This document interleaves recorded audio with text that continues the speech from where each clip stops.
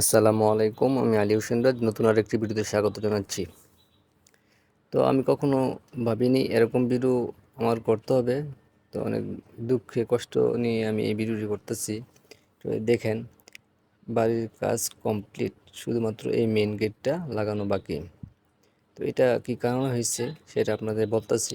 তো ভিডিওটি না টেনে সম্পূর্ণ দেখবেন, যে বাড়ির চুক্তিপত্র না থাকলে কি সমস্যা হয় সেটা আপনাদেরকে দেখাবো। তো আমি সমস্যায় পড়ছি, আপনারাও সমস্যায় পড়বেন, এটা স্বাভাবিক।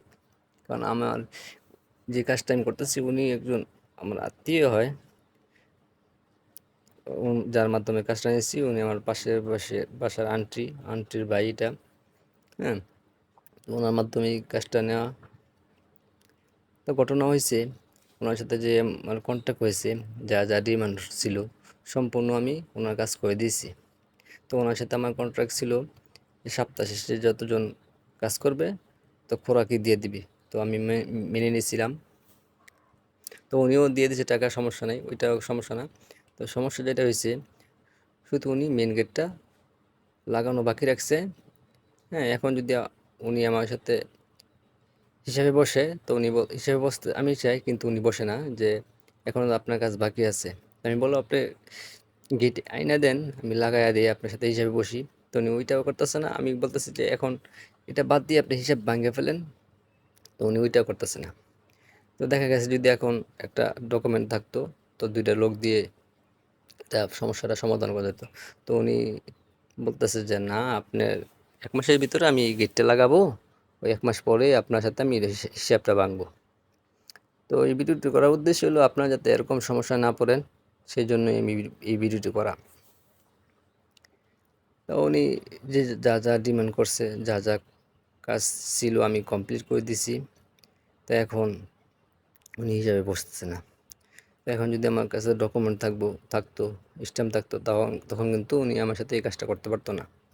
তো আসল কথা কি, একটা মালিক যখন একটা বাড়ির কাজ ধরে, তখন কিন্তু ওনার কাছে টাকা থাকে। একটা মালিক যখন কাজ ধরে, টাকা না নিয়ে কাজ ধরে না।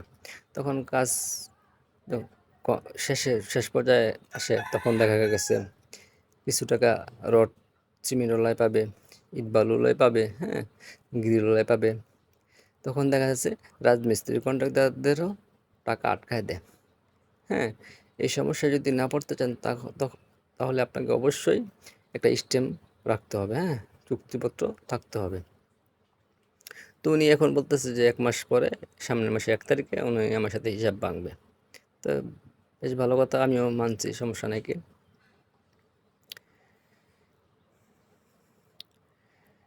তো এখন যদি হিসাব ভাঙে, তো হয়তো বা কিছু টাকা আমি পাবো। তো সেই টাকাটা না দেওয়ার জন্যই উনি এই পায়তারাটা করতেছে আর কি।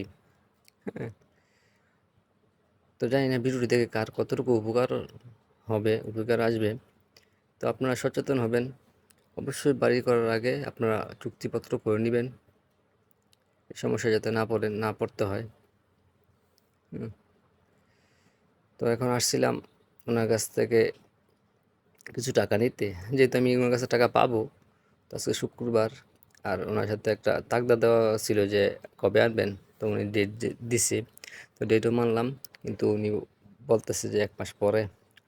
এখন কিছু টাকা নিতে চাইছিলাম, দেয় নাই, সামনের মাসে 1 তারিখে আপনাকে টাকা বুঝিয়ে দিবে। যাই হোক, তো ভিডিওটি ভালো লাগলে লাইক করে দিন, ভালো না লাগলে ডিসলাইক করে দিন। ভালো থাকবেন। আসসালামু আলাইকুম।